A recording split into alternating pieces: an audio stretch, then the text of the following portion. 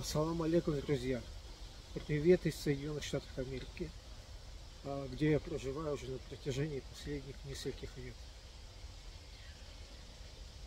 Сегодняшнее видео я хотел бы посвятить вопросам угрозов и рисков, которые стоят перед Казахстаном в свете событий и, скажем так, тенденций, существующих в международной политике. Это, скажем, взгляд издалека на Казахстан. То есть, находясь в Казахстане, мы постоянно живем в этом, видим это, но сделать какой-либо такой вот анализ не всегда удается, не всегда получается. Я хотел бы донести до вас свой взгляд на то, что вообще сегодня из себя представляет Казахстан,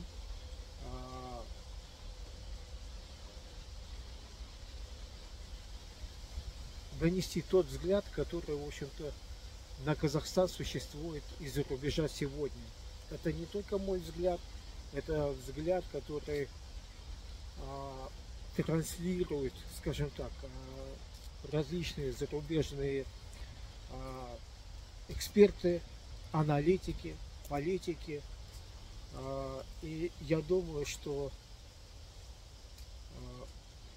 такой взгляд, он, в общем-то, необходим для того, чтобы осознавать и понимать, к чему Казахстану нужно готовиться и какие риски существуют.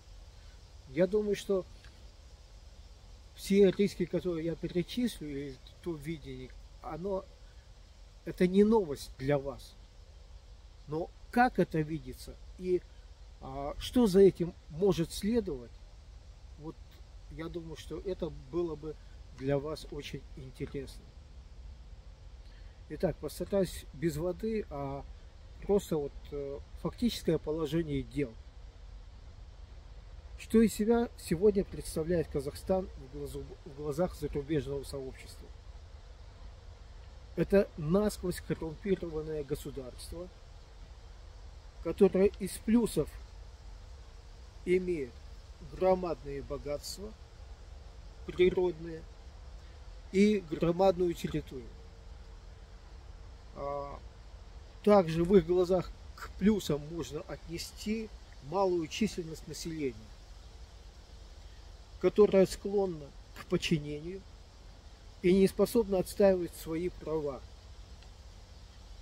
Население с рабским мышлением, не имеющее самостоятельного видения,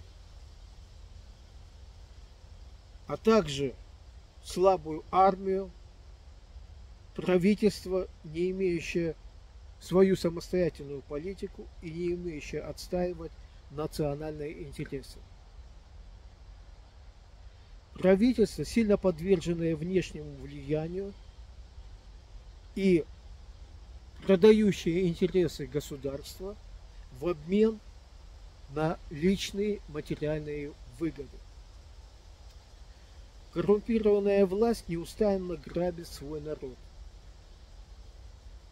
Народ, не видя будущего для своих детей в Казахстане, изыскивает любую возможность, чтобы мигрировать из Казахстана.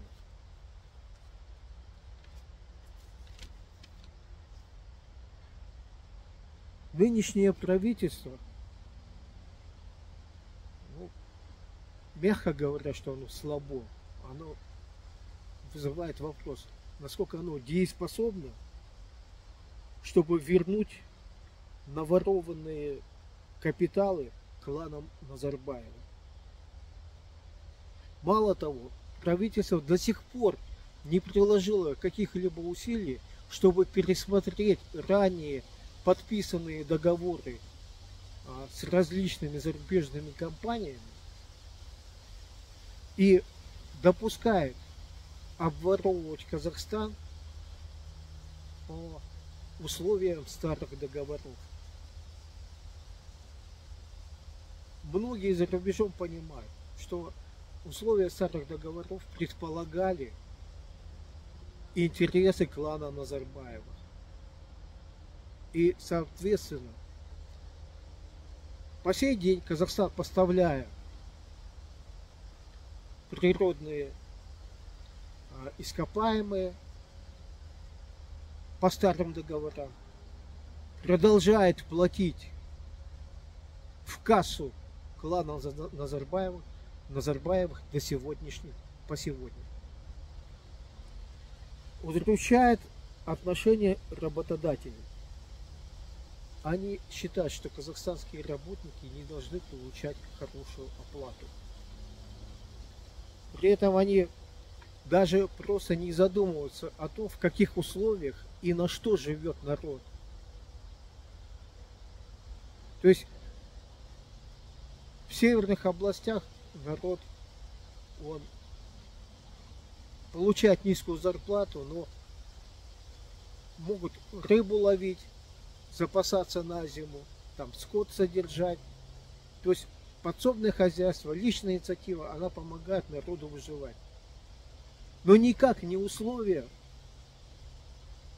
которые имеет работник на работе, чтобы заработать достойную зарплату.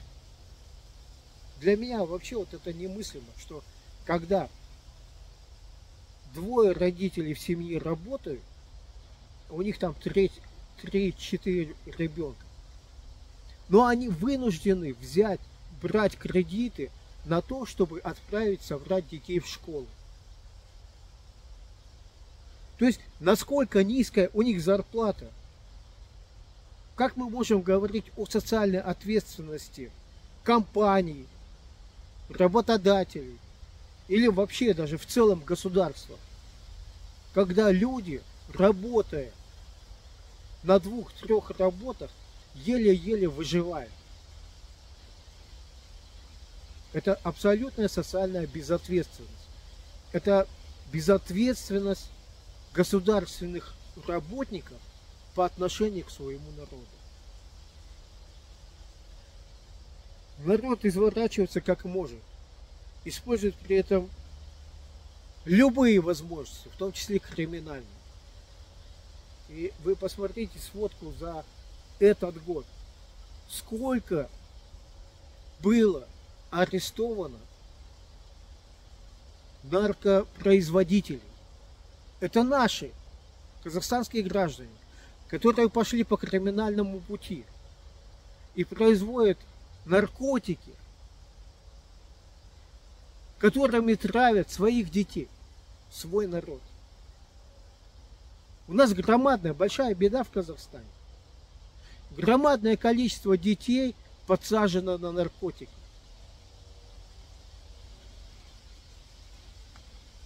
Это политика государства-предателя, которое работает на интересы других государств, чтобы просто взять, изничтожить весь свой народ, чтобы у этого народа просто, у этого государства не было в будущем этого народа.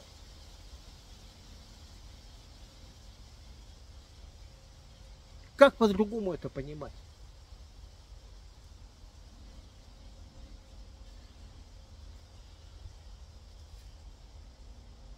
Мало того, мы понимаем, что коррупция, она на всех уровнях, снизу доверху. Это не только вот наверху сидящий, это внизу даже любой чиновник, любой работник, будь то полицейский, учитель, еще кто-то, они идут на нарушение закона. Но это же вообще просто вот не приложить, да, не понять. Как может полицейский, вместо того, чтобы людям помогать, он берет, выворачивает ситуацию так, чтобы из этого человека еще вытянуть деньги.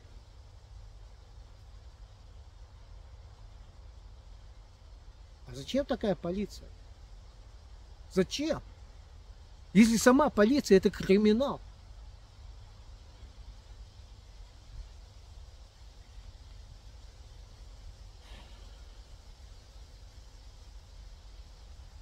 И я очень много слушаю различные экспертные мнения.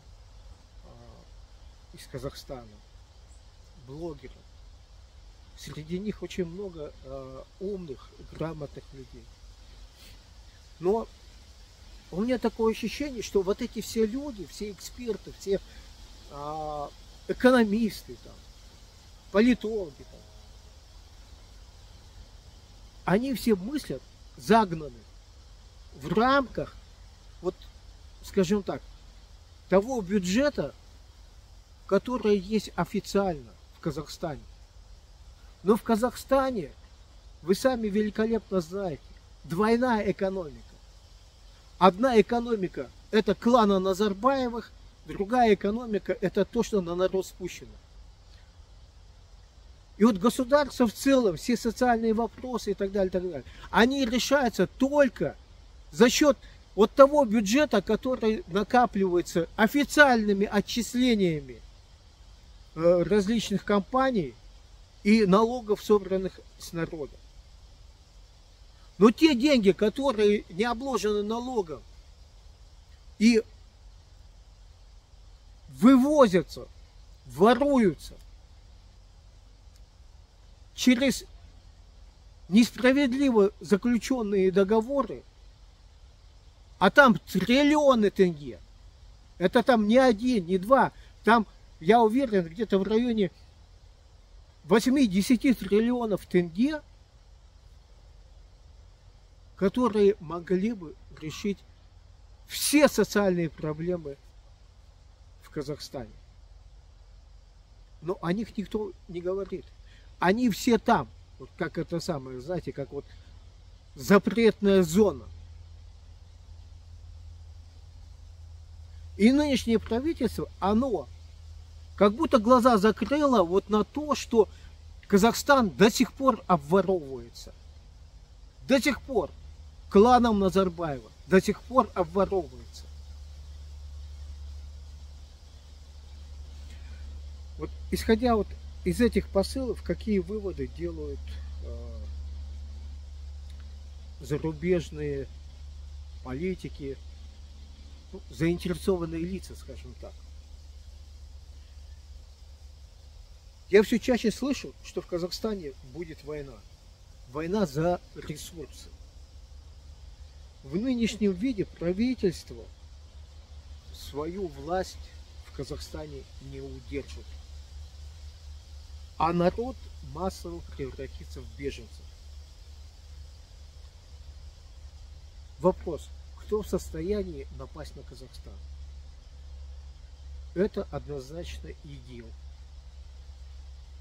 Если ИГИЛ с юга нападет на Казахстан и будет война, а казахстанские войска не будут подготовлены, то сам же Казахстан попросит, чтобы часть Казахстана была присоединена к России, чтобы обезопасить ее.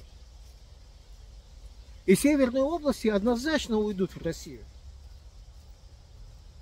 Вот такой вот сценарий. По-другому никак не получается. Западные богатые казахстанские области, они отойдут еще к какому-то другому государству.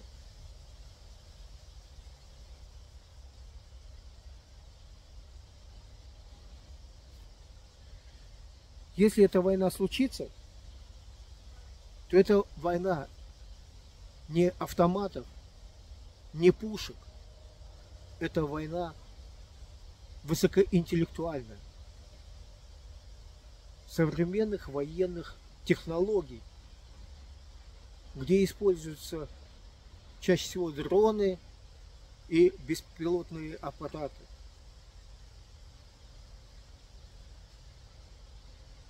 То есть разведка сейчас без дронов никак. Уничтожение сил противника, техники его, складов без дронов никак. То есть это все происходит с использованием высокотехнологичных оружий. То есть те войска, которые сегодня у нас есть в Казахстане, это мясо, это не войска. Эти войска будут уничтожены буквально в течение ближайших там 3-4 часов. Они пока развернутся, пока в окопы сядут, пока еще что-то. И что они будут делать? Их разбомбят, просто-напросто дронами поуничтожают.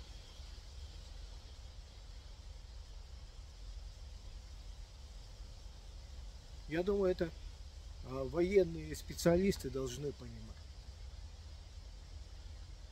Казахстану нужно срочно возвращать все ворованные и вложенные за рубеж активы.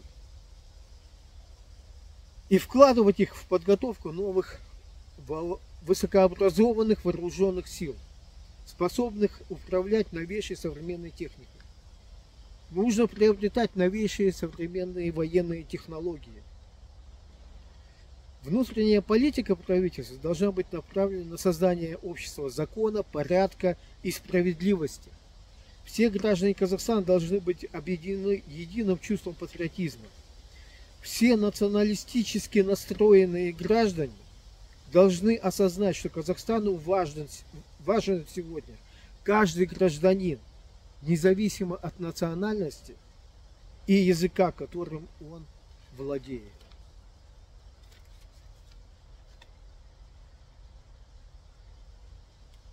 Я надеюсь, правительство наконец поймет и не будет пудрить мозги казахстанцев, типа новый Казахстан, старый Казахстан. Нету такого. Потому что, по моим ощущениям, или Назарбаев поставил Токаева президентом, потому что тот один, у него нету вокруг команды. И, соответственно, все его инициативы, все, что он хочет сделать, это все окружением саботируется, просто саботируется. И он ничего не может сделать.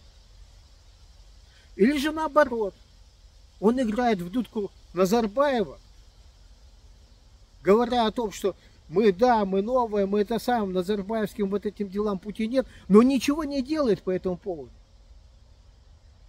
То есть все остается по-старому, все как было, так оно и есть. В обществе морали нету. Назарбаев просто напрочь вытравил из казахского народа чувство гордости, чувство достоинства. Превратил всех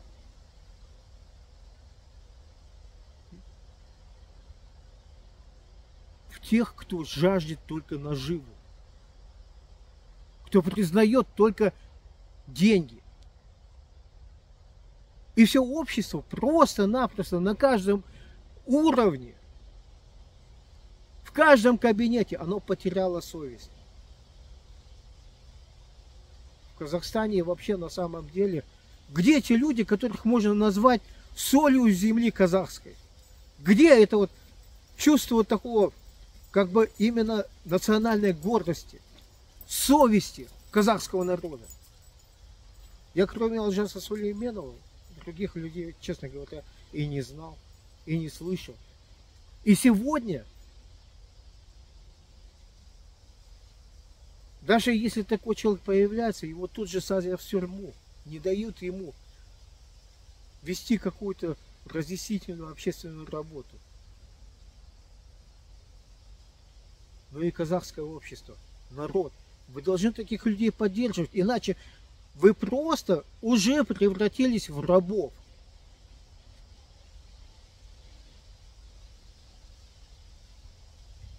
Нужно строить и продвигать справедливый Казахстан. Вот это я от всей души всему казахстанскому народу желаю. Спасибо, всего доброго.